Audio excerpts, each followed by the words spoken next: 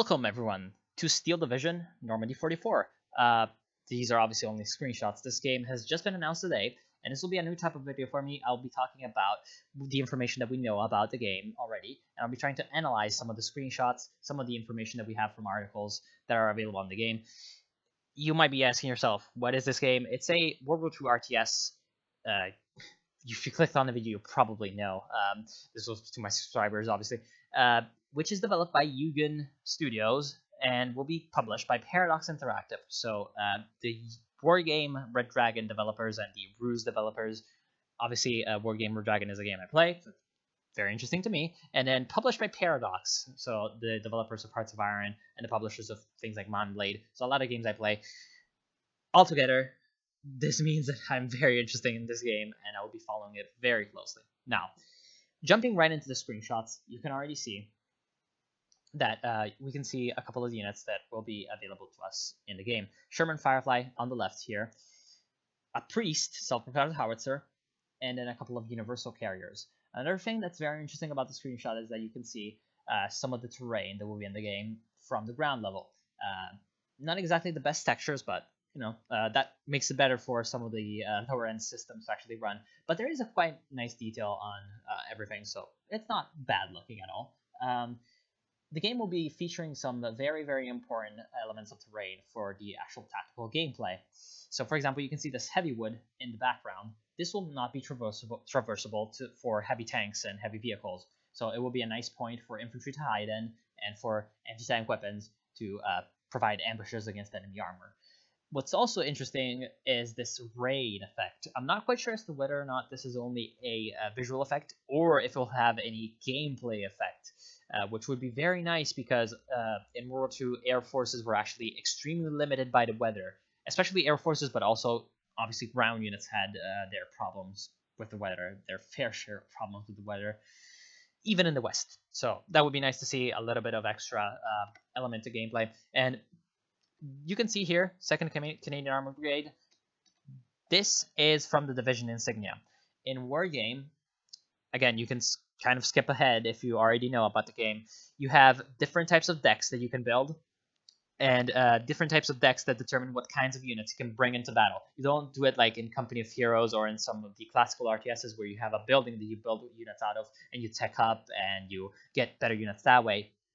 You have a pool of units already available to you at the start that comprise your deck, and you have chosen them beforehand, and you make up your deck in Wargame based upon nations and coalitions. So you can, for example, decide to have a USA deck, or you can decide to have a NORAD deck, which is a coalition of the USA and Canada.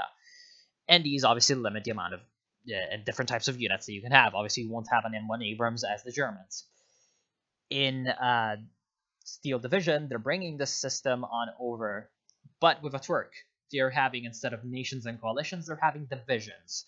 And what's important about this is the fact that in Wargame you also have specializations for your decks. So you have airborne decks, armored decks, mechanized decks, motorized decks, and the likes. You can also have a general deck with a bit of everything. And these obviously affect the types of units that you can bring in. So obviously airborne will not have heavy armor, but they also affect how effective and how sort of high tier the units of a certain kind will be, obviously. So an airborne deck will have much better light infantry. And what's interesting about the system that they're employing in Steel Division 44 is that it's kind of simplifying this in a good way, because it's just saying, okay, already you have the division. So you already have, obviously, if you're going to be the 2nd Canadian Armored Brigade, you're already going to be an armored type of deck, and you're going to be Canadian. So you're going to have Canadian units, which is nice. And you'll be seeing quite a bit that I'll be looking at. Things like division insignias from the screenshots. This is just the same as before, only a little bit zoomed out, you can see. And you can see that the Pinto Mountain machine gun from the Sherman Firefly is firing, or maybe this might be actually a Sherman V, a normal type of 75mm Sherman, depends. It's actually firing, so these will be available weapons. And this looks like an explosion. But what it also could be is this universal carrier using a Wasp flamethrower upgrade on it. It looks a little bulky, so it might be a flamethrower. So the universal carrier would be nice if it wasn't only if it didn't have only a few variants like infantry transport, ammunition transport, and perhaps recon, but it also had some extra things like flamethrowers. Very versatile vehicle. Would be nice to have different uses for it. This next screenshot is very nice because it kind of illustrates something that the developers are going on about and on about and on about, which is the fact that the maps are actually based upon real-life aerial reconnaissance photos from World War II, which, while nice for historical accuracy, obviously comes in with the quirk that they're going to have to modify some of these for game balance. So they're going to have to strike a bit of a balance between historical accuracy / realism and gameplay. But what's nice is that what's nice about the picture is that it illustrates quite a few different terrain features that will be in the game that will make tactical play very exciting, in my opinion, for this game. You'll have to understand quite a lot of things about the terrain in order to play correctly. Going from right to left, you can see a lot of tree lines and hedgerows, actually, which will be quite important features in the game. Obviously, hedgerows were a pretty big part of the Normandy campaign, quite limiting the ability, especially of heavier units. And quite a lot of heavy tree lines that will obviously be another obstacle for heavier units. And then you move into towns. Now, you can see this here. There's a couple of what looks like very small kind of rural houses, and then it moves on to a little bit bigger type sort of small villas. And what this is going to be tying into is the fact that there are destructible buildings in the game, or well, maybe destructible environments as well. I hope that there will be destructible environments as well. So what this might tie into is the fact that these smaller rural houses will be much weaker cover than the bigger buildings. And this is also probably confirmed by the fact that there's these huge factory complexes over here, which have some probably very sturdy buildings that will take a lot of punishment. So they will be important to fight over. They will be very good cover for your infantry, though not perhaps quite as accessible as some of these smaller houses. Then you see there's also some train tracks and a pretty wide road. Now, I wonder if they will be tying into a system that is not present in Wargame, but is present in Company of Heroes, which is negative cover. Negative cover essentially means that your troops take more damage when they're there. So perhaps these extremely open areas like roads and train tracks, maybe they might have negative cover. Who knows? Moving on left, you can see that there are some bridges over what looks like a drained canal. Over here on the left, extreme left, there is a filled up canal with water. Very dirty water. And you can see that here, there doesn't seem to be any water, also from the shadow effect. So I'm not quite sure as to whether this will be different or not from the filled up river. Because what I see this doing is that there might be drained canals in the maps that can be traversed by infantry. So an infantry troop could just move on down, slide on down, and then climb back up from the other side. Maybe even some of the more mobile light vehicles, such as some types of jeeps, some types of armored cars might be able to make the climb as well. Who knows? Depends on how steep the thing is. And maybe even some specialized vehicles, some specialized tanks might be doing it, like bridge laying tanks could also be in the game. Who knows? That would be very nice to see. And then you can have other types of vehicles that can't cross and they have to use the bridges. So that's kind of making a choke point for some units, but not a choke point for other units. This is an element that's actually already in Wargame Red Dragon. You have some types of cliffs that, for example, infantry can sort of climb over, but vehicles cannot do that. So that would be nice to see. And speaking of the hedgerows, this could also tie into engineering vehicles. Now, I've already talked about bridge layers, but there's also bulldozers and these types of rhinos that were called, I think, that basically they're just blades. You can't really see them, I think. I cannot see them, so definitely you can't. There are these blades attached to Sherman tanks to their hulls that can just supposedly cut through hedgerows. So this would also be nice to see as a specialization to some decks. Stuka close air support obviously will be in the game. Types of aircraft, they've already confirmed that there will be air superiority fighters, multi-role fighters hopefully, and probably light bombers and close air supports as well. Obviously whatever was on this road, then they had a very bad day, let's just say that. And then we move on to the destructible terrain, which you can see quite decent detail in fact. and what looks like a crater here, which caused the destructible terrain. One thing which is interesting about these craters, we'll see later. I think one good thing that can sort of come from this is that maybe these craters can provide cover for infantry. Who knows? Then you can see some M10 tank destroyers, so another unit that's confirmed to be in the game, and you can see some logistic trucks. Now, in Wargame Red Dragon, in case again you haven't played it, your units have fuel and ammunition that they use to obviously move around and fire. And it would be nice if in this game there was a similar system, maybe a type of also HP system like in Wargame. There's also some more evidence in the pictures for this. You'll see later that there is an HP system. So these supply trucks would obviously be the thing that you use to avoid your troops running out of ammunition, your vehicles running out of fuel, and obviously to repair your stuff as well. And you can see this cliff up here in the background. So there's also going to be cliffs and maybe mountains, sort of big hills as a terrain feature as well. And what's interesting is that there's a tiny corner over here that might just be, it looks a little bluish, so it might just be the sea. So maybe there's going to be coastal maps and amphibious assaults coming in as well. That would be nice to see.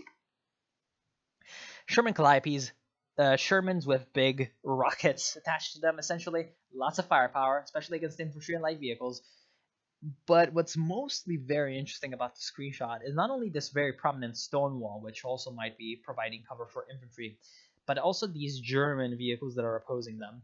You can't really see these two ones, although this one looks vaguely like a Stug free B or C. So a Stug with a 75mm short-barreled round, that's a short-barreled cannon that's effective against enemy infantry. So essentially a fire support vehicle. This one, I have no idea what this is, so I'll be, I even tried to like zoom in, but it really didn't work. This one, zooming in, and probably also from this, you can check out that it's a Stug, either 3 or 4, or maybe a Hetzer. I don't know. There's probably gonna be Hetzers in the game because everyone likes the Hetzer. It's cute. This one is the most interesting in my opinion. It's a French tank. It's a Char B1, a French heavy tank from 1940. So these were used by both the German and the Free French forces, and some of these ended up being used by the German forces in some divisions.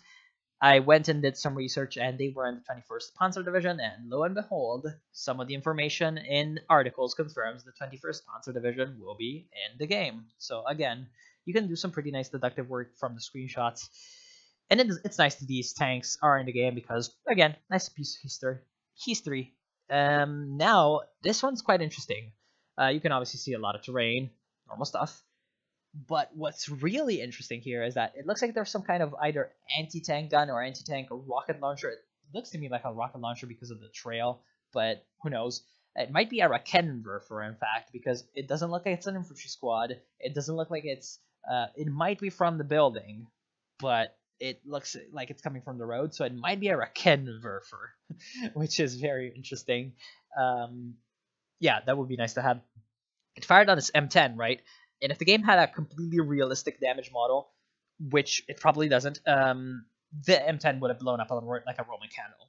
And just from like a shot at this kind of range, running right into the engine block, that would have probably destroyed it. What this tells me is that most likely the damage model will be very similar to the Wargame one, which is additional proof that there will be HP bars that units have that then can be replenished by supply trucks. So this is nice. This screenshot, a user on Reddit, I don't remember the name of the guy. I'm sorry if you're watching this, but you know who you are, and this idea is totally coming from you. This might be a campaign mission, which would be interesting. It might also be a campaign map that could be ported into multiplayer. I personally hope that this is from multiplayer because of these things in the background. Both the destroyed glider and the glider. Now, the glider, it's pretty compatible with the types of units that you can see right now being fielded. This is a Tektrar. It's pretty hard to see from here, but if you zoom in, which unfortunately I can't do right now, and if you have, you will also see later, there will also be another picture for a Tetrarch. Tetrarchs were basically airborne tanks the British fielded that could be carried on gliders, right? These big gliders. And these infantries most likely are also coming from the gliders. Interestingly, this guy has a light machine gun, what looks like a light machine gun. It's pretty hard to see, but he has a pretty big gun. The gun is basically bigger than him, so that's most likely a light machine gun. So again, probably the infantry will also have a very similar weapon system to Wargame. And Wargame infantry have 3 weapons. Usually, sometimes they have only 2. Basically, a normal rifle, or an assault rifle, most likely an assault rifle, or maybe a submachine gun, so a main weapon that all the squad members will be having, and then either a light machine gun or a rocket launcher or both, which are basically the support weapons of the squad, to be used against infantry, vehicles, whatever. Sometimes even flamethrowers, the likes. So looks like the same system will be applied in Wargame. Counting the men, it's what looks like 10 men, so pretty standard for Wargame standards. What's interesting is that in Wargame, again, if you played it, probably skip this. Infantry always comes in a transport, right? So either a truck, APC, I don't know, even a helicopter. What could be interesting is that obviously, if these units were glider borne, that would be the transport they're coming in. And obviously, since this is World War II, not everyone has access to motorized transport always. So it would be interesting to see if there are just standard infantry units that are carried in the battlefield by their Mark I legs, or maybe even cavalry, who knows? That would be very cool to see. Or heck, maybe even regular units that are already hidden on the map. You can hide them in the deployment stage, in a quote-unquote deployment stage, on the map already, and then spring some kind of ambush with them. That would be very cool to see. I'm not quite sure if it would be compatible or balanced in the Wargame type of archetype of RTS, but who knows. Another thing that's interesting about the gliders is that you can see that there's a couple of destroyed gliders. So this would kind of lend credence to the fact that this is a multiplayer.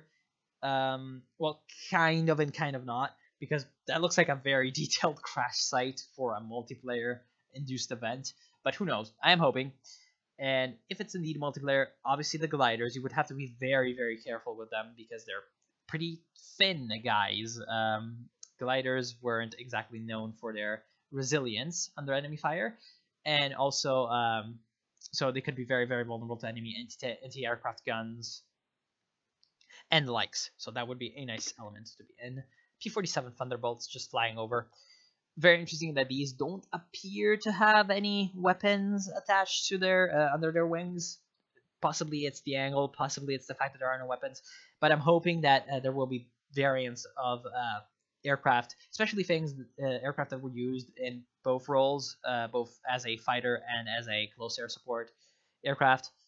Again, aircraft having different roles is nothing weird coming from Wargame. There are tons of different aircraft in the game, and most of them are variations of one or another.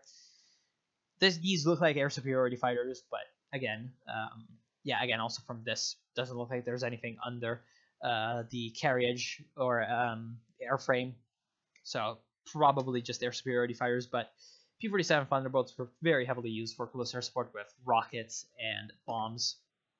This very, very low resolution image, I couldn't find a better one, sorry, of an M10 and a very, very destroyed M10 kind of is my counterpart to this one.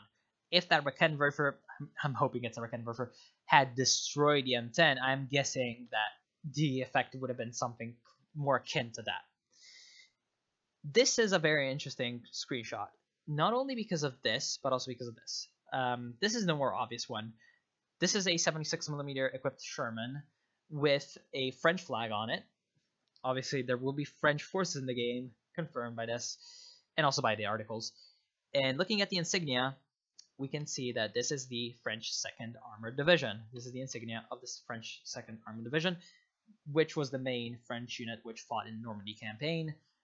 And we'll see later as to why this actually has a bit of an implication on the game's timeline, when the game will be set. And this is also interesting. These houses, they appear to be sort of half destroyed. They aren't completely wrecked, like, for example, this one. But they do have definitely some damage dealt to them. I am hoping that this is battle damage and not something that's already on the map from the start. You can see here that there's some debris on the road, right? And you can also see this from a few of the other screenshots like this. I'm really hoping that this is actually coming from battle damage. Like I said, that's from the match in progress, and then the debris that's caused by, I don't know, airstrikes, artillery strikes on a town can then impact the movement of vehicles in it. Because one thing that was very major in especially city battles, but also battles over small towns in World War II, was that whenever someone did a big artillery barrage to flush the enemies out of buildings, then what was almost always going to happen is that fallen debris from a building would obstruct movement for tanks on the roads. So what would be incredibly nice to see as a tactical element is something like this. So you have enemy infantry in a town, you call in your artillery and try to flush them out. Oh, then you have to deal with the fact that you can't move your tanks in afterwards, after you've cleared the town, or when you're trying to clear the town, you're going to have a much harder time moving vehicles through. That would be nice to see. And it would also be nice to see is if the buildings with different damage sort of progressions offer different types of cover to infantry. This is not quite as necessary in my eyes as something like the debris, but who knows. So moving on, free King Tigers moving along on a road. This is quite important because in the Battle of Normandy, King Tigers were not at all common. There were only 12 of them from the 503rd Heavy Tank Battalion. So already in Wargame, you can only have about 2 or 3 of your best tank available to your nation or coalition, right? Sometimes you can have more than one model of really heavy tank, but generally for one card of them, you're only going to have 2 or 3 available. So what can happen here is that obviously the King Tigers, these 3 might be all you can get. All you can get in your depending on your division setup. And this the fact that they're from a heavy tank battalion and not a division will be coming into play later as well when we're speculating about the division types that you can bring in as a deck type. Moving on, Jagdpanther and some industrial buildings in the background. Jagdpanther, obviously this one, very, very cool looking skin actually. This, just like the King Tiger, it was a pretty rare unit.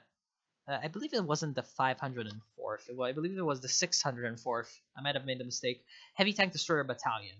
The only unit in the German army in Normandy that had these in the Battle of Normandy.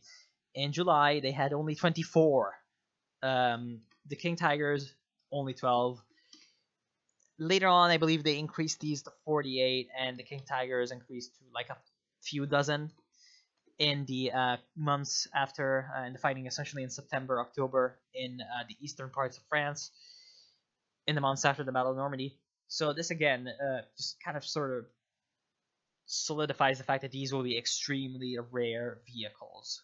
They will not be your run-of-the-mill German unit that you see almost every time, or maybe you will almost see them every time, but once they're taken out, then they're going to be gone for good. This, I could not find a picture, a standalone picture, but it also has a little text, which is actually quite interesting because, well, hold on, I gotta, okay, just checking that it's working.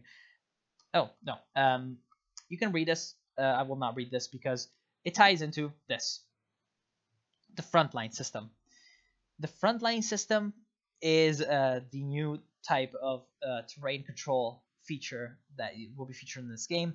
It will be based upon where your units are on the map as opposed to enemy units. Your units will move on the front line, and the enemy units will do the same, and so there will be a constant tug of war between the front lines that determines basically how much of the map you or the enemy control, which is very, very nice. A very nice system that some people have experimented with. A lot of mods have experimented with something like this in strategy games. Some smaller games have experimented also with this. But no one in really the big titles has come out and done something like this, which is nice. Interestingly, the UI for it. Now, you can see that the UI is kind of intrusive. Like, there's this very big blue thing, right, on the outside, right, which shows your territory. What would be very interesting to see. Unfortunately, it's not supported by what we see on the HUD, but again, it's a pre-alpha, so it might get changed. It's something akin to the Paradox Games' actual map modes. So in Paradox Games, you have this big world map, right? And you have your standard map mode, which is the political map mode, which shows you the control, which states control which provinces. And then you can switch the map mode. You can have an economic map mode or a weather map mode or a terrain map mode that shows you more information about obviously which part of the map mode you're looking at. What would be nice is if there was in this game a control map mode, a front lines map mode, then a, for example, line of sight map mode that showed you the line of sight of or lines of sight or your units, or perhaps even a unit or an obstacles map mode that showed you which types of terrain you can cross with which different units, or maybe even who knows, something like, I don't know, a weather map mode. Again, if there's weather effects, that could be useful as well. So that would be nice to see. Depends. But I'm thinking that this is sort of given and taken away. This effect is given and taken away by how much you're going to be zoomed in. Speaking of zoomed in, let's go and actually look at the rest of the picture coming from the top right to the bottom left. You can see the map, right? And the mini map is actually very, very well detailed. You can see very clearly where the enemy units are, very clearly where your units are, very clearly where the front line is, and very clearly where terrain features are. So that's an A+ mini map. I enjoy it. Very good. You can also see from this little rhomboid. Is it a rhomboid? I don't know. It's a no 1, 2, 3, 4. It's a quadrangular shape. From this quadrangular shape, you can see that the amount of the map that is shown on screen is something like a fifth of the map. And this is what looks like a 1v1 map. So maps will actually be very, very big in this game, very akin to War Game, which is nice to see. To the top, you can see that there's a phase B in 000 for 33 seconds. And the time elapsed has been 9 and 20 seconds, so the phase B will start at 10 minutes. What this means is essentially that one of the new mechanics of this game is that there are going to be 3 phases in which you can bring in your units in waves, in a way. Phase A, Phase B, and Phase C. Phase A is the first one, where you can only bring in light units. Phase B, and then Phase C. At the end of Phase C, you can obviously have your entire arsenal. So the heavier the unit, the later in the game it's going to be. This is partially to balance out something like this or this, so that it doesn't have to face something like this light tanks, or like this light tank over here, which looks like a bit of a Stuart type thing. So giving a little bit more usefulness to those smaller units as well.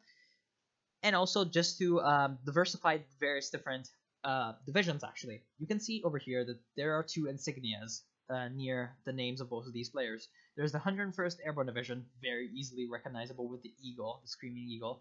And there's a 12 with a shield, a black and white shield. I'm guessing this is the 12th SS Panzer Division that the computer is using. So you can see these 3 different numbers. My speculation is, we don't know what these are, but my speculation is that these represent the strength of the various different divisions for the phases, right? So the 101st Airborne would have 90 points arbitrarily of strength in the first wave, 105 in the second, and 120 in Phase C. Then the Panzer Layer, or sorry, not the Panzer Layer, the 12th Panzer would have 70, 115, 135. This confirms what we've been told, that obviously something like an airborne division more specialized on light infantry, elite light infantry, and the likes, will be stronger early on, obviously, because you can just bring in all your very powerful airborne. Most likely you can bring in glider-borne troops that can just get around the map very quickly and capture a lot of territory, very crucial territory, right at the start. So you can do a bit of a quote-unquote rush with it. And even something like maybe a light infantry or a motorized division will be having a much easier time than a heavy mechanized or a heavy armored division or a heavy armored battalion, as we saw with those King Tigers, that will only be available in the later stages. So also, as a sort of a game balance mechanic, this is interesting, because it's not only a game balance mechanic, it also makes a lot of sense historically, because, well, your reconnaissance units in a typical formation will be going ahead of everyone else. So I don't think there's much else to talk about here except this. Now, obviously, there's also normal speed. It's a computer match, so you're gonna be able to speed up and down. I guess it's nice. There's a 59 and 41%.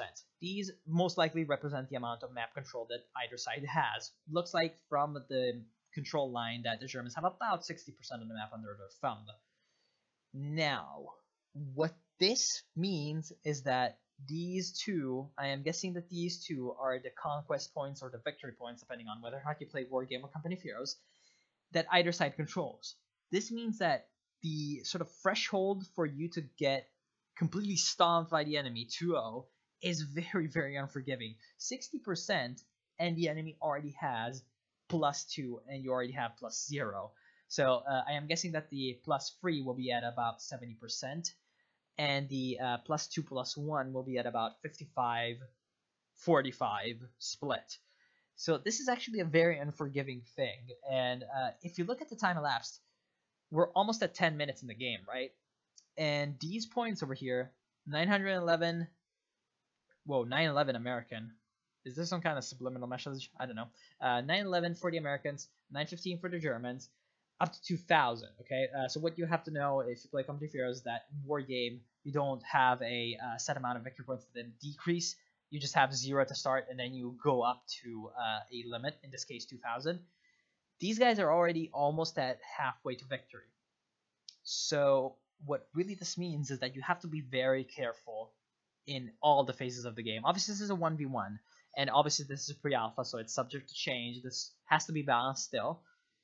But what this tells us is that most likely you're going to have to be extremely careful about all the phases of the game, that you don't lose too much. So it might be very unforgiving if you lose a lot of map control. Now, moving on to the main picture, you can see that there's a time on target with a 55. I'm guessing this is seconds. And the time on target has a bit of a sort of symbol on it, which ties into these, and it ties into this. This is a naval battery, which is selected, and it's part of the off-map units. We'll talk about that later, which is obviously going to be firing at this position with 55 seconds of delay. There's looks to be a German unit over here, a half-track with an anti-tank weapon. Looked at a bit closer with a either an anti-tank weapon or howitzer. I've looked at it closer with the zoom feature. Sorry, and there's a bit of an icon up here which might be reload speed. Looks like it's similar to the reload speed icon from Wargame. And then there's a 2 with a sort of a shield-ish, which is also present on this, looks like recon jeep, and also this light tank.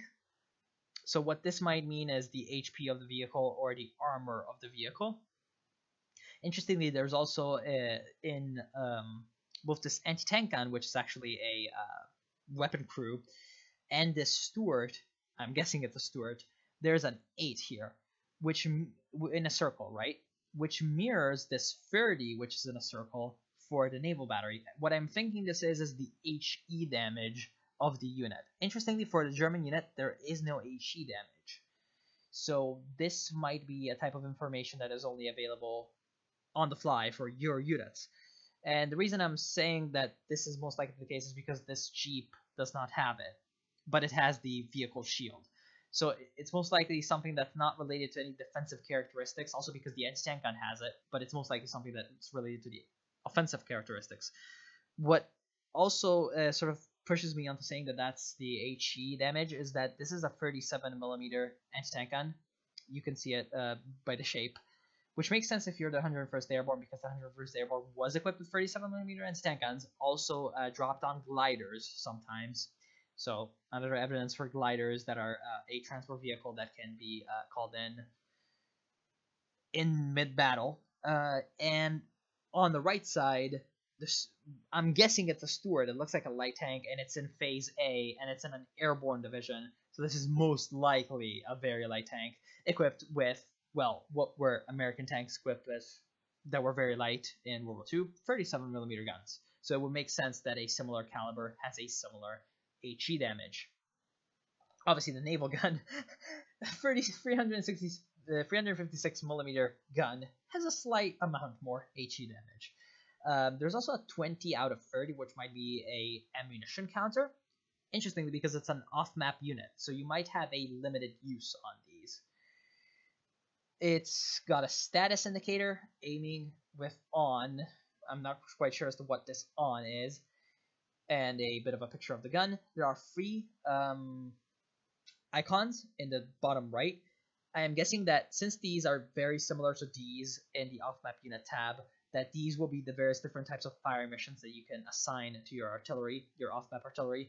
Either a very scattered type of fire mission that's going to be coming in faster, but obviously have a lot less accuracy, which might have caused these various craters that are kind of littering the battlefield in very, very unorganized manners.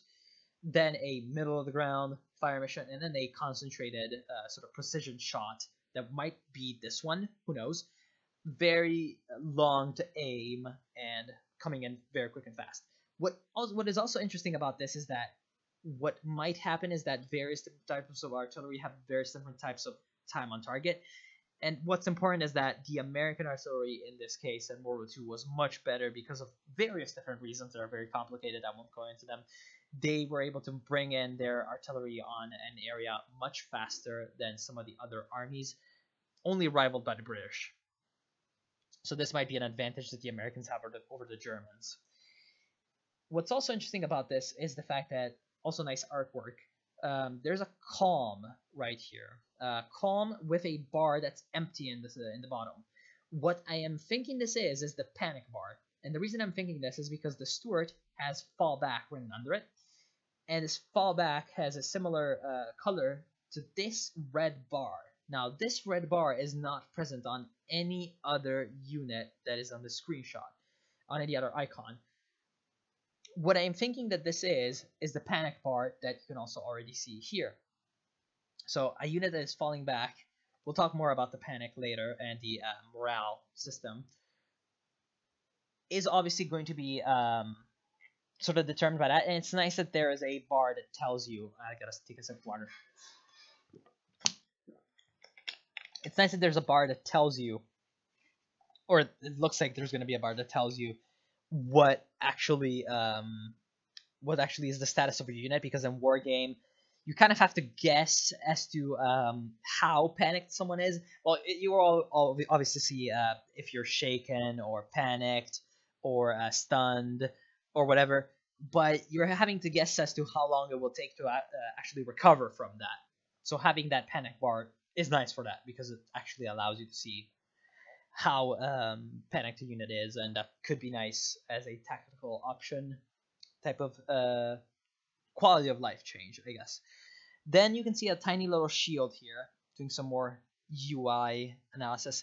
There's a tiny little green shield over here in the bottom left of this anti-tank gun, which is, in my opinion, the cover that this unit is getting from these woods, which also might tie into this one.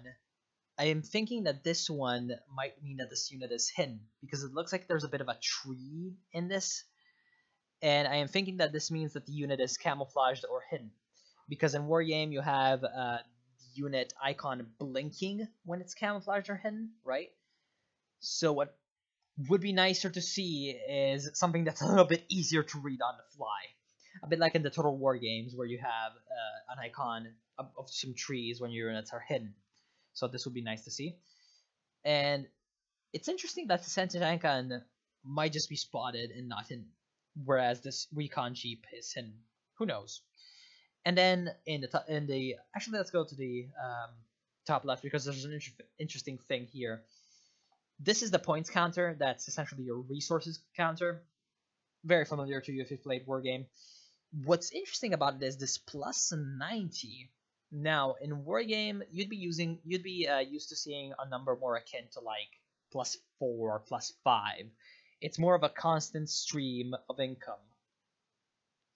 Whereas this looks like there's a bit of a clock on the right side. So the resource sort of income system will be based on sort of paychecks that you will be receiving sort of gradually, right?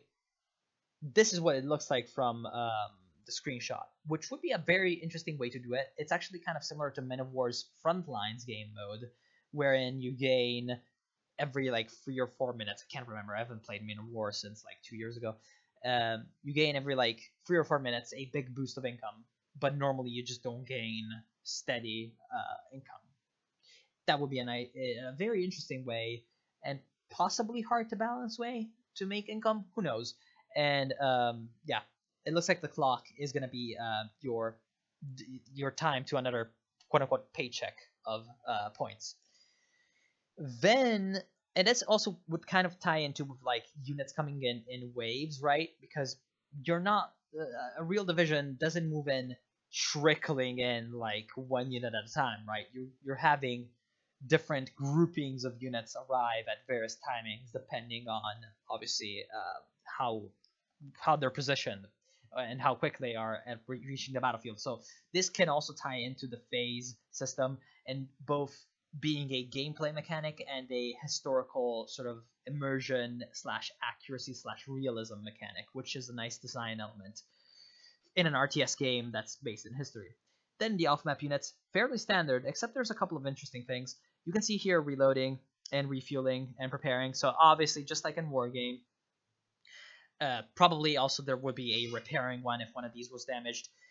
Just like in Wargame, depending on whether or not your aircraft have expended ammunition or your aircraft have stayed floating around in the air a lot or have been shot up, they're going to have, obviously, the more of these they have, they're going to have a longer wait time until you can deploy them again. Pretty normal. You can see that this guy has a P-51D Mustang, which actually has a bit of an icon near it. Now, this can have two meanings. It can either be a sort of attachment. It can say that there's a bomb. It looks like a bomb. So it can either say that it's equipped with bombs, or it can detail the role of the unit. So a bomb could be a close air support unit. Obviously, the 51D normally would be a fighter, an air superiority fighter. But depending on your deck and how you've built it, again, as I hope, you're going to be able to customize how you can employ your aircraft in various different roles. Then there's a Grasshopper, which is a recon plane. Very nice little aircraft with some binoculars. So again, this kind of lends credence to the fact that I'm not guessing that the binoculars are a bit of an attachment that you put to the plane. I'm guessing that it's a role of the plane that's been shown here. So what could also be pointed out by that is the fact that the Grasshopper might have some different roles. Who knows? And then the naval battery. Interestingly, there's a 2 here. There's a 2 with a actual symbol that I don't recognize. It's like a square. And it's a naval battery. Notice how it says battery and not gun. So what this means is that artillery units will be quite realistically based in groupings or batteries. Perhaps not so realistically. Or wait, hold on. This might be one naval turret with two 356 millimeter guns in the turret. Right. It would make sense, actually, because there's two very close craters to each other here and two very far away craters from each other. So this might be a precision shot. This might be a less precision shot. And these might have been the fire missions. Because what I was thinking is that most of the ships that had these guns had 3 turrets, not 2. So I was thinking it would be more realistic if it came from one battleship with 3 turrets. Interesting. Something to think about. And actually there's also the pings. Just like in Wargame, you can type into a ping, right? You can ping on someone and you can have a written message on it, which is very, very useful. Then there's a line here, which I'm not sure what it is. It kind of looks like it centers on the anti-tank gun, but not entirely certain on that. Kind of speculation. Might be the line of sight of a unit, might be the range of a unit, might be, who knows, something. Might be at the victory point even, who knows. Moving on. That was the last of the pictures, and we'll be looking at the articles that were written about the game. The articles that were written on the interviews that were given, that were written, essentially the information that was released. The main article was the PC Gamer one, and that is going to be the one that I will be looking at for most of the information. There's also another tidbit that's going to be important. The nations will be USA, Germany, UK, Poland, Canada, and France. So obviously, you know, Italy, the Soviet Union, Japan, most likely going to be coming in as DLC. That's what I'm thinking. Some nations have multiple divisions to choose from, with each falling into a broad category of armored, mechanized, or infantry. And here I added, whenever there's these, it's probably me adding something, airborne and irregular. Now, airborne, 101st Airborne, different archetype, most likely from normal infantry. They probably just didn't want to overload the writing. Irregular. Now, I've already talked about how there could be irregular forces that you spawn on the map at the start, right? And it's also going to be tying into some of the discussion on various different divisions that you might be able to either bring in as your main deck type or have as a sort of attachment, quote unquote. It would be nice to have irregular forces such as partisans, special forces, and likes to further make a very specialized deck for your forces. Again, the main problem for this would be balance. While your division serves almost like a deck of cards that you select prior to the battle, just like a wargame, the troops you will actually be taking into the field, called a battle group, are 30 or 40 units chosen from this roster on a mission-by-mission basis, just like wargame. These can include anything from a super heavy German Tiger tank, which are controlled individually, down to blue infantry, which are controlled as a group of roughly 10 riflemen, or a single machine gun crew, rather than as individual units. What is interesting is that in Wargame, there aren't really that many sort of weapon crews, I guess. The only thing that's kind of similar to a weapon crew would be the ATGM squads, but then again, they also kind of function as normal infantry. You don't really have to set them up in any way. But what it sounds like is that there's going to be weapon crews, just like in Company of Heroes, are a bit slower than your regular infantry because obviously they have to carry a big ass anti-tank gun around the field or a big ass machine gun, which might actually be able to be towed. Who knows? Maybe they're going to be having towing vehicles as well, rather than as individual units, obviously. Each battle takes place in 3 phases, which is where one of the most interesting strategic elements comes in. Certain units in the battle group will only be able to be deployed in certain phases based on their strategic speed, which is modeled after real-world logistic realities. You can, for instance, blitz a map off the starting line with heavy tanks. In the first phase, only your quickest alliance units will be available. The core combat revolves around the concept of stress. Similar to games like Company of Heroes, units will act with self-preservation based on the battlefield situation. In Company of Heroes, you have two states, which are suppression, or free, I guess, normal, suppression, and pinned. Suppression, they can still move just very slowly. They're like crawling on the ground, and they can still fire, but very inaccurately. Pinned, they're just stunned completely. They can't do anything. Light infantry under fire from a heavy machine gun will become pinned down, unable to move or contribute much to the battle, which allows a smart commander to take out units from the fight indefinitely without necessarily having to rout or kill them.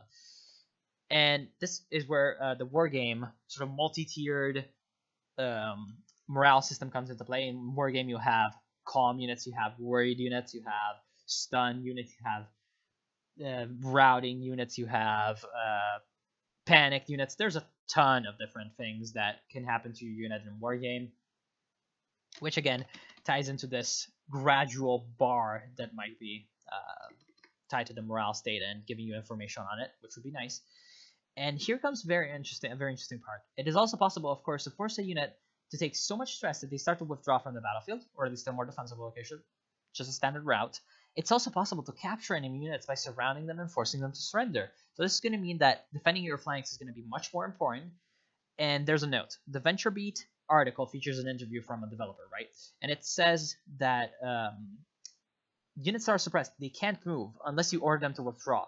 If they get too close to the enemy in that state, they'll surrender. So what here in the VentureBeat interviews is being said is that it's sufficient just to suppress or pin the enemy, or just in general make them very panicked, and then move in very close with your units. Perhaps maybe elite units and heavy tanks, they're going to have a much higher scare effect on the enemy, so having a bit of a bonus also to how likely they are making the enemy surrender, possibly. And then they'll surrender, whereas the PC Gamer one seems to imply that you need to surround them. This is actually very important, because if you can make the enemy surrender by just pummeling them, getting them to be panicked, and then moving in with a very aggressive and well-executed push, this could be rewarding smart offensive play a lot. compared to Wargame, where you have offensive that are sometimes difficult to actually carry out, very, very difficult to carry out, and the defenders sometimes have a huge advantage because they're always going to get the first shot off. And yeah, that would be interesting to see. If you can, for example, use your artillery in this way, you can just pummel someone into submission with a lot of artillery, and then move in and just crash into their lines and make them surrender very quickly. It might also lead to some games ending a bit quicker than in Wargame. Who knows? Key factors that influence unit stress include terrain, position, experience, and leadership. Terrain, obviously, because units that are heavier in more heavy cover, they're going to be probably harder to break. Position, you're getting attacked in the rear, you're surrounded, you're flanked. That's not good for your morale. Experience, obviously, more experienced units are going to be harder to break. Leadership, this is going to be interesting.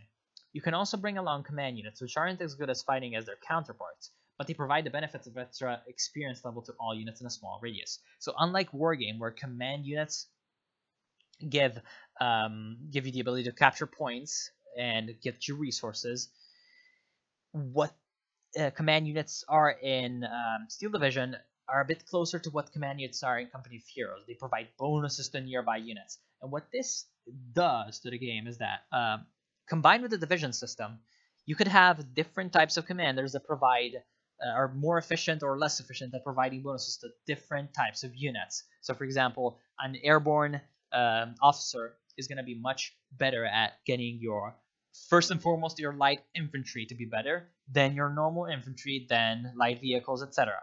But for example, Command Panzer IV is going to be much better at medium tanks. Going to be much more efficient at providing bonuses to medium tanks. This is something that they could do. Again, speculation, but could be done. Very interesting.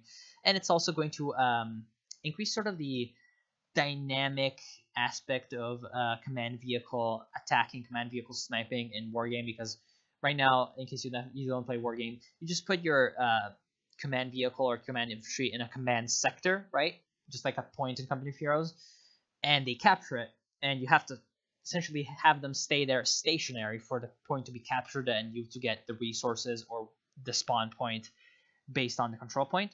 So what happens is you have people trying to CV snipe, what's called CV snipe, which is to destroy the command vehicle with some kind of artillery or airstrike, essentially as sniping it, or maybe even a helicopter offensive. What this is going to mean is that if you have to move up your command units along with the rest of your army, it's going to be a much more dynamic thing to actually hunt down the enemy command units, and might even be more important. Line of sight is elevation based. A sniper in a church tower is much more valuable than one in a valley. I wonder whether or not this also means that there's going to be snipers in the game, or if it's just a, oh look, I'm so cool, I'm going to be talking about snipers type of analogy. And yeah, that could also be interesting if there's hills in the game and cliffs for that kind of thing. That's the end of the article, and I'll be talking about right now speculations and confirmed divisions that are going to be in the game. France, we've already talked about the 2nd Armored, which is confirmed from the screenshots. Included French, Moroccan, and Republican Spanish troops. So it would be nice if all of these are represented and not just the French, but Eugen is a French company, so who knows. Equipped like a U.S. armored division. It came into battle on the 1st of August, and its main action was actually the race to Paris and the liberation of Paris itself, which was after, I believe, not sure, not 100%, but 99% sure, this was after the Battle of the Falaise Pocket. The standard sort of historian definition of the campaign in Normandy is between the 6th of June, obviously the landings, and mid-August, which was the Battle of the Falaise Pocket, when the sort of the last remaining German forces in Normandy were taken by surprise by a pincer move from both the British in the north and the Americans in the west, after the Americans broke out of the hedgerows and the bocage. Blah, blah, blah, blah, lots of history. What this means is that having a unit that's mostly famous for fighting after this main event, sort of, and having its major struggles with the Germans to liberate Paris, means that probably the timeline of the game will not be strictly restricted to the Falaise Pocket to D-Day type timeline. So the developers have a little bit more historical leeway to do more things. That's essentially what it does, and in my opinion, that's a good approach. Also, for later on DLCs about, for example, the Battle of Volge, or maybe in the Eastern Front or the Pacific, this provides a nice precedent of a bigger timeline. Interestingly, also there was the Mechanized Infantry Regiment of the division, because obviously the Armored Division is obviously going to have a few infantry units attached to them, was a French Marine unit, actually, a mechanized Marine. So what this is also, what this also could be, is a bit of a extra sort of piece of evidence towards amphibious vehicles being in the game. Poland, unfortunately, none yet, but it's very likely that it's going to be the first armored division, which served with the British, and it had British equipment, much like those Sherman Fireflies that you saw earlier, and the Polish Independent Parachute Brigade. This unit, I haven't found any evidence that it fought in Normandy, but again, flexible timeline, could happen. Would be very nice, because these guys were badass as fuck. In Canada, we have confirmed the 3rd Division, which was an infantry division, and the 2nd Armored Brigade, as we have already seen from the screenshots. 3rd Division from articles and the likes. 2nd Armored Brigade was actually attached to the 3rd Division, so it's nice that in the screenshots they decided to show a division insignia that's compatible, also historically, with the division that they said in the interviews was going to be in the game for Canada for sure. So just shows you that they're just having quite a lot of attention into detail for these kinds of things. They mainly fought from Juno Beach to the end of the Normandy campaign. They fought through the Normandy campaign, and they were the first Canadians in Normandy.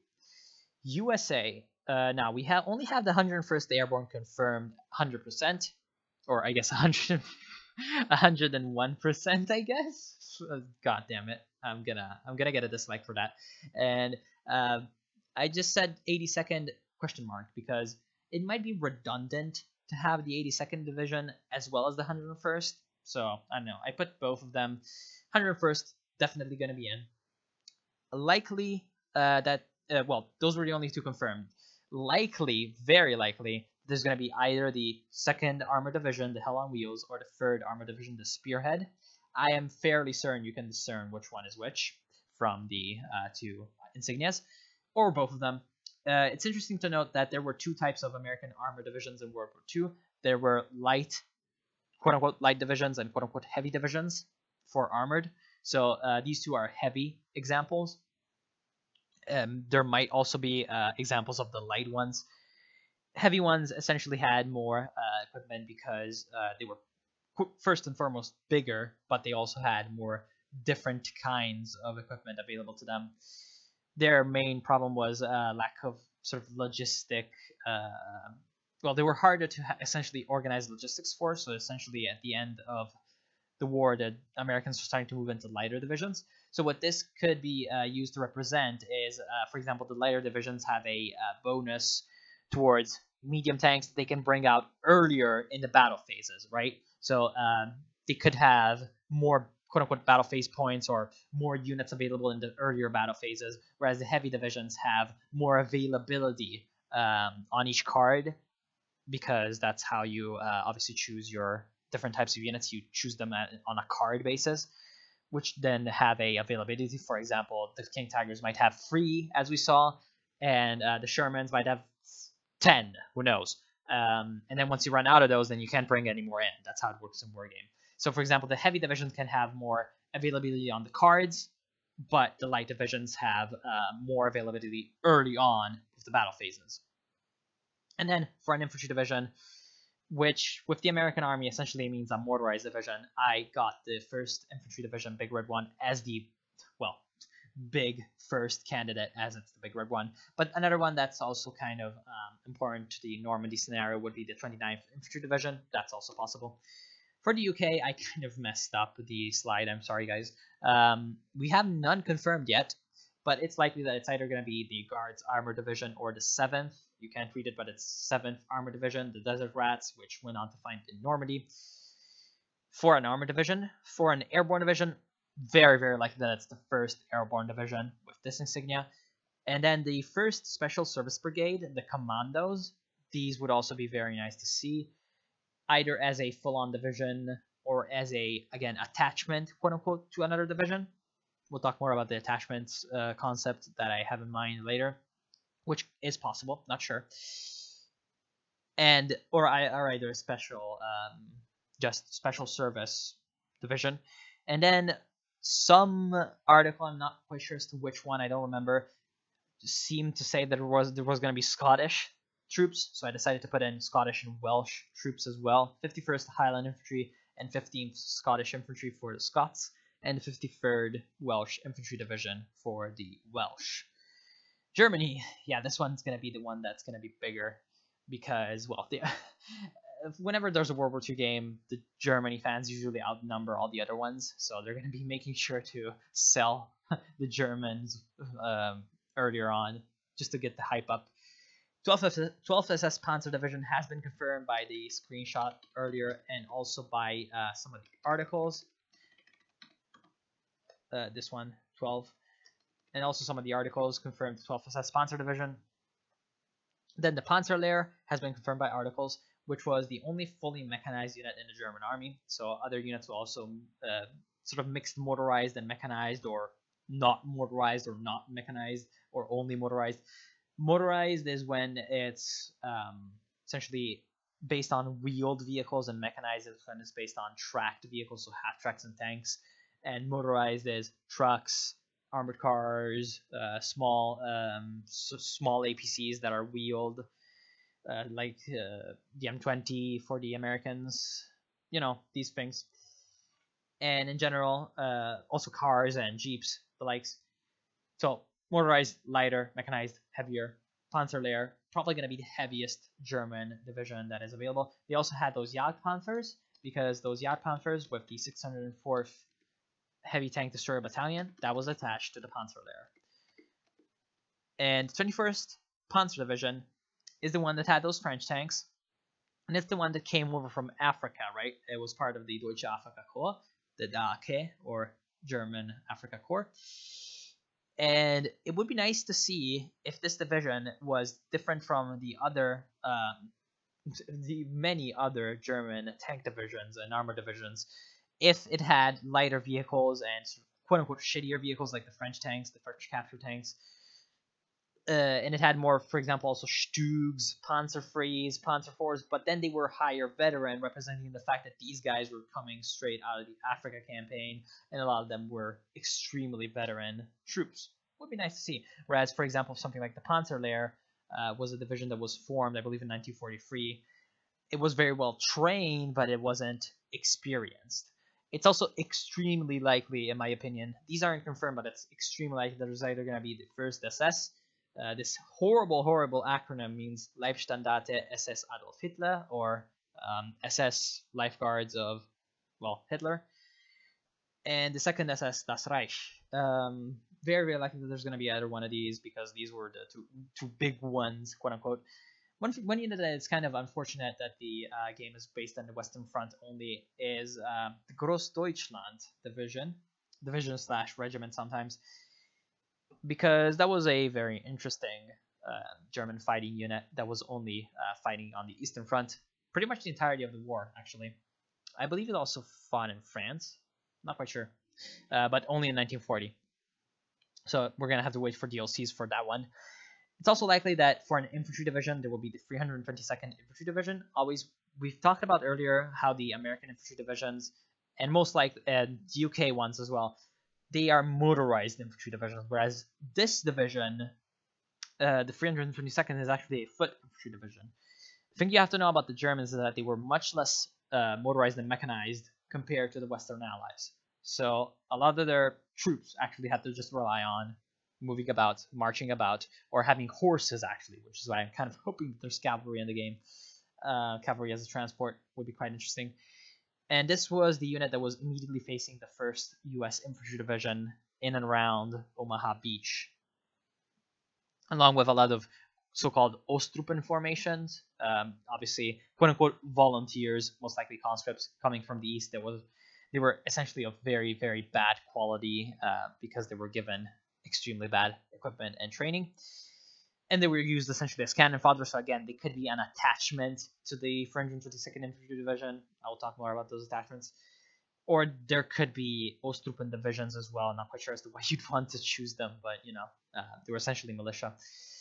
91st Air Landing Division. It's another interesting division that was fighting for the Germans in Normandy. It had attached the 6th Parachute Regiment, which was its only actual paratrooper regiment, but it was called an Air Landing Division despite the fact that it was an infantry division because, sorry for that, it was trained as a division that could perform air assault operations. And it fought the 101st Airborne Division, so it would be nice to have this division in the game. It's another candidate for an infantry division. And then there's the other extreme. So you had the sort of middle ground, the infantry, and then there's a full-on elite paratrooper division, which was the 3rd Parachute Division for the Germans in the Normandy campaign. It fought the US 29th Infantry Division, and it performed very well, and it has an extremely cool logo, which always helps. Speaking of the 503rd Heavy Tank Battalion, I think this is kind of a proof that, in a way, smaller units are going to play a role. Now, this is the battalion that had the King Tigers, right?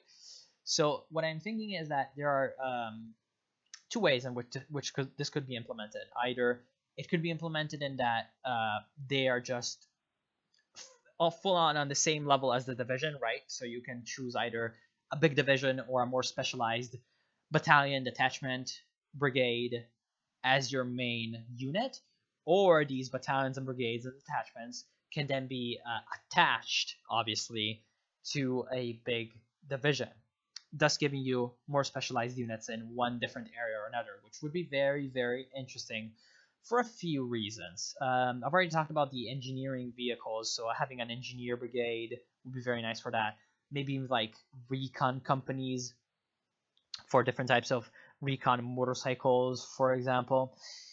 What would be very interesting is something like the 150th Panzer Brigade, which, if you know about, was fighting in the Battle of the Bulge, so a little bit later, unfortunately, which was a Panzer Brigade that was essentially comprised of a lot of captured American equipment and German troops disguised as Americans. So their job was to create a bunch of chaos, spread false rumors, and essentially just be a nuisance in the back lines of the Allies in the Battle of the Bulge. This is extremely speculative. I am 99% sure that this will not be in, but it would be very nice if it was. Just having like mock units, that would be very nice. A bit like Ruse, because remember, Eugen also developed Ruse, which was a strategy game set in World War II that had these kinds of decoy units that you could deploy, radio silence type of orders that you could give to your units to confuse the enemy. This might be could be a homage to that past that they had. Special Service Brigade, again, it's the one like the one that I've talked about, the commandos, could be attached to the, for example, 1st Airborne Division if you're playing the British, and give you special forces and different types of units that can provide these special services, which sounds a lot like prostitution, but oh well. And then Ranger battalions for the Americans is what I thought, or perhaps even partisans for the French, adding to that. Just these very specialized things, adding either very good infantry, very heavy tank destroyers that you could attach to your units. And then you can also have another very important aspect, are ad hoc units. Now, these were units that basically all sides used, but they weren't part of the official orders of battle, right? So you're not really looking at a division that's got a very set order of battle. You're just having a lot of units that are in an area, perhaps from different divisions, perhaps from, heck, even different armies, and they're just thrown together under a commander, and they're sent on they're basically rallied on an ad hoc basis to perform a task, right? So the Germans had the Kampfgruppen. They were calling them Kampfgruppen or battle groups, sometimes referred to as fire brigades because they were emergency things, and sometimes these were more official, the Panzer brigades, which were used later on because they were running out of tanks, so they couldn't make new Panzer divisions, so they made Panzer brigades. So ad hoc units, which could be selected. Regimental combat teams for the Americans, mostly used by the U.S. Infantry and the Marines. Obviously, they want to be the Marines because this is Normandy, but for a Pacific theater, this could exist. And then So you could have a U.S. infantry or armored regimental combat team, and then the forces for the UK and the Commonwealth, so obviously the Canadian as well, which are usually named after the commander. And that is kind of interesting because it could be an immersive way to portray general decks. Now, I've already talked about how there's different types of decks in Wargame and how some of them are general decks, right? So they just don't have a specialization. And these ad hoc units could be used as an immersive way to represent that. Because think about it. If you want to have an immersive way and realistic, quote unquote, way to represent a generic, just sort of mishmash of units that maybe they're not very well trained to fight together, so they're not going to have a very high level of experience, a very high level of leadership, and so they're going to have lower experience, which is the penalty that you get for using a general deck usually in Wargame. And then also perhaps since they're just thrown together willy-nilly, maybe they have some problems with some units, so they have less availability for each unit, which is also another penalty that you get in Wargame. That actually makes a lot of sense to use these different things from history as a it wouldn't be really a gameplay element, but it would be a nice dressing up of a gameplay element as a realistic thing. And I think this is going to be the end of it. I've talked about a lot already. Now, you can expect more content about Steel Division Normandy 44 on my channel. So if you're interested in the game and you're not subscribed already, you can do that. If, however, you already know about my channel and you don't care, or maybe you don't care about my my extra content, you can leave a like or a dislike if you didn't like the game and the video, and tell me, what do you think about the game? What are you gonna be looking at? You're gonna be buying it? Do you think that the assumptions and speculations that I made are correct? What are your theories about some of these things? And in general, just give me your ideas. This is exactly why I made this video, because it's kind of just meant to get a bit of a discussion going on the game, and it was tried to essentially be a little bit of a different type of video for my channel as well. I usually don't do these kinds of very in-depth things, so yeah, I want to thank you all for watching. I hope you've enjoyed, and I'll see you soon.